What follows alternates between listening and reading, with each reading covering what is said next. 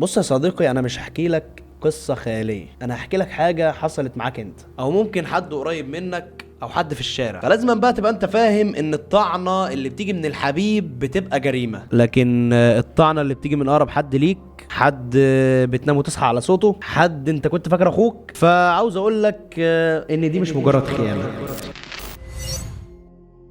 دي إعادة تشغيل لدماغك انت، بس هتكون إعادة تشغيل لدماغك على وضع الخراب. دي غدر يا حبيبي، واوعى تفكر ان الغدر سهل او انك هتعديه بسهولة. لا، الغدر بيغير الكيمياء بتاعت دماغك اصلا، وبيغير نظرتك لكل الناس اللي حواليك. هو المشكلة فيه ان هو بيخليك تشوف كل العالم عدو ليك انت. انا بقى مش جاي احزنك ولا اقول لك تعالى نعيط سوا في الركن اللي على اليمين او الركن اللي على الشمال. انا جاي النهارده اعرفك دماغك بيحصل فيها ايه في اللحظة اللي بتكتشف فيها ان اقرب الناس ليك طعنك.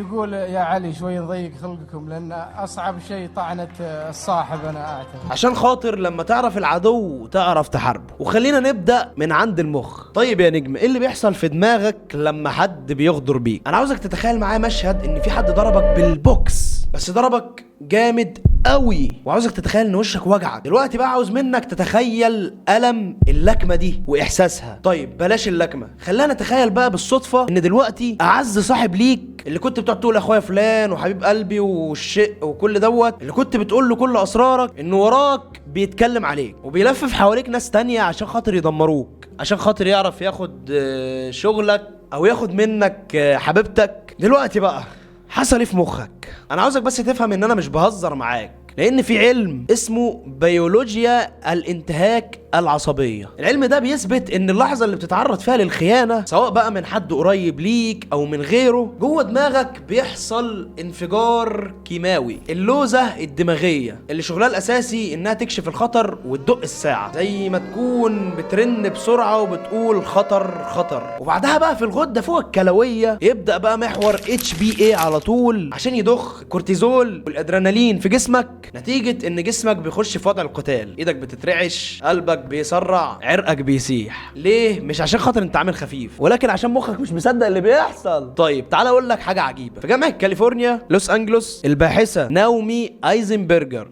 ايزنبرجر، بس مش البرجر اللي انت بتاكله يا صديقي، لا هي اسمها كده، اكتشفت حاجة بتودي في داهية لما حطت ناس في جهاز الرنين المغناطيسي وطلبت منهم ان هم يتخيلوا موقف للخيانة، او مثلا رفض اجتماعي زي ان انت تترفض من الجواز او الجهاز اثبت ان نفس مناطق المخ اللي بتتنشط لما حد بيضربك بالبوكس في وشك هي بالظبط نفس المناطق اللي بتتنشط لما بيحصل لك غدر. فكلمة ان حد جرحك دي مش مجاز كلامي، لان الغدر بيعمل تمزق حقيقي في دماغك. لما تحس بعد الغدر انك ما بقتش قادر تستمتع بحاجه في الدنيا، ده مش ضعف منك، ده كيمياء دماغك اتغيرت، الكيمياء بتاعت دماغك اتغيرت، اتحولت لحديقه جحيم. خلينا نخش بقى على صدمه الخيانه. انت ممكن تسأل نفسك بقى ليه بعض الناس رغم ان هم اتعرضوا لغدر فظيع بيفضلوا مرتبطين بالشخص اللي خانهم ومش قادرين يبعدوا عنه؟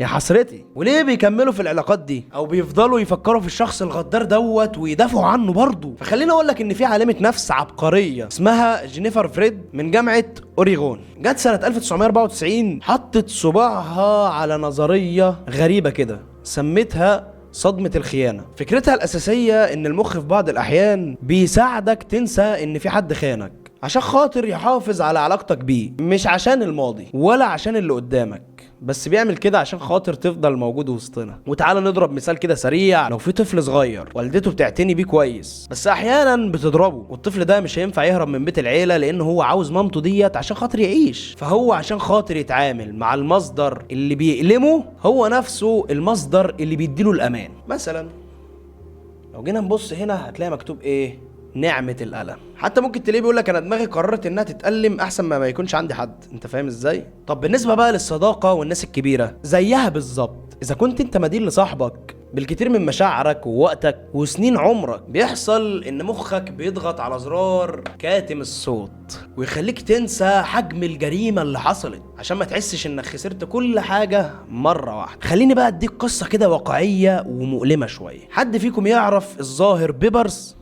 يا عم ده هبل بقى، احنا نعرف بيبرس ولا نعرف كلنا احنا نعرفه بتاع الحملة الفرنسية ده كان اسمه ايه؟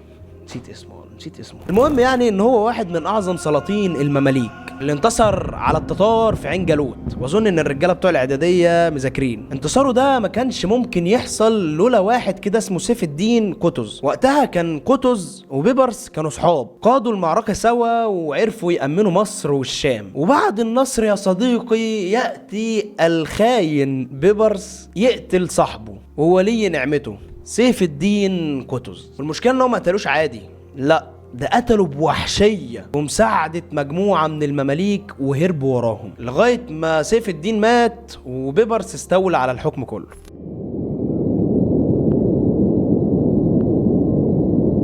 يعني حتى بيبرز قتل اعز اصدقائه عشان الحكم. انت زعلان بقى في الاخر؟ يعني شوف احنا بنتكلم في غدر عامل ازاي، وفي الاخر صاحبك ممكن يكون خانك عشان خاطر تكلمت الاكس بتاعته ولا حاجه. بس انا عاوز اقول لك ان دي مش قصه بقى فيلم، ده حاجه حقيقيه وحصلت هنا في مصر. الجزء بقى اللي بعد كده وهو مين اللي بيغدر، وهل احنا اللي بنختارهم غلط؟ قبل ما نلوم اللي غدر بينا لازم نسال سؤال صعب، وهو ليه احنا بنختار الاشخاص الغلط؟ ليه في ناس بتنجذب للاشخاص السامه دي؟ في حاجه في علم النفس اسمها الارتباط بالصدمه. احنا احيانا بنرتبط باشخاص بيعاملونا معامله متقلبه، يعني مره حلوه مره وحشه، لان احنا يعني متعودين ان الحب وجع. وبالنسبه للطفل الصغير او المراهق دي كانت علاقته باهله، فبيحاول يعيد تمثيلها لما يكبر. يعني يا ريت تكونوا فاهميني. في نوعين من الناس، النوع الاول وهو الغدار من باب الحسد، الله يهديك.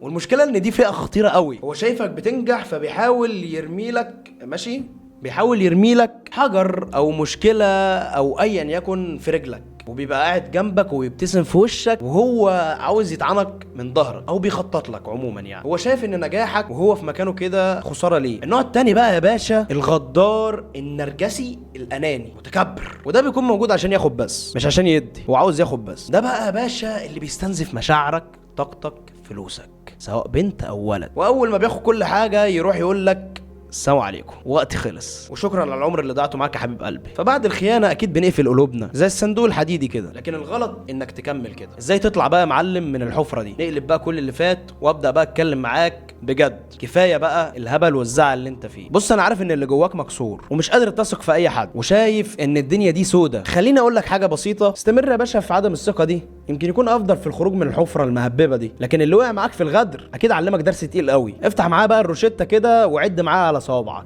رقم 1، اعترف بالألم. اعترف بالألم، ما تقولش انا كويس وانا مش مهتم، لا قول انا موجوع عادي، انا متضايق عادي، انا زعلان، انا متكسر عادي. اي مشاعر بتمر بيك احساسها صح، عشان انت لو كتمتها هتبقى مشكله وهتضرك قدام. رقم 2، الغدر ده مش غلطتك، ولازم تبقى انت فاهم النقطه دي. انت جيت على قلبك من غير حيطان، دي مش غلطتك، الغلط في الشخص اللي استغل ثقتك فيه. فاللي يخونك مش انت السبب في خيانته، هي اخلاقه هو، فما تجيش على نفسك. 3، امسحه من حياتك ومن قلبك بسرعه. امسحه من حياتك، مش هينفع ترجع تاني الثقه للي خانك ابدا، عشان ببساطه هتعيش في حاله تاهب واستعداد دائم للخيانه مره اخرى. فابعده عن حياتك وتعامل مع الالم اللي خدته من الخيانه الاولى. رقم 4، راجع خياراتك في اختيار الناس اللي تتعامل معاهم في حياتك. في حد قاعد جنبك دلوقتي ممكن يكون بيحبك فعلا بس انت مش واخد بالك، في حد مهتم بيك وانت برضو مش واخد بالك. ركز في اللي بيحبك مش في اللي اذاك. انا حبيت اقول الكلام دوت لان انا عارف ان الغدر صعب، واقوى الناس اللي بتعترف بضعفها وبتبدا تحل مشاكلها. واهلا بيك هنا في المكان اللي بنحل فيه مشاكلنا والمكان اللي بنتكلم فيه ونطلع اللي عندنا. ويا ريت تكون الحلقه دي فادتكم وغيرت من نفسيتكم ان شاء الله. وبس كده، وقابلكم في الحلقات الجايه. كان معاكم عبد الرحمن الجمل، سلام.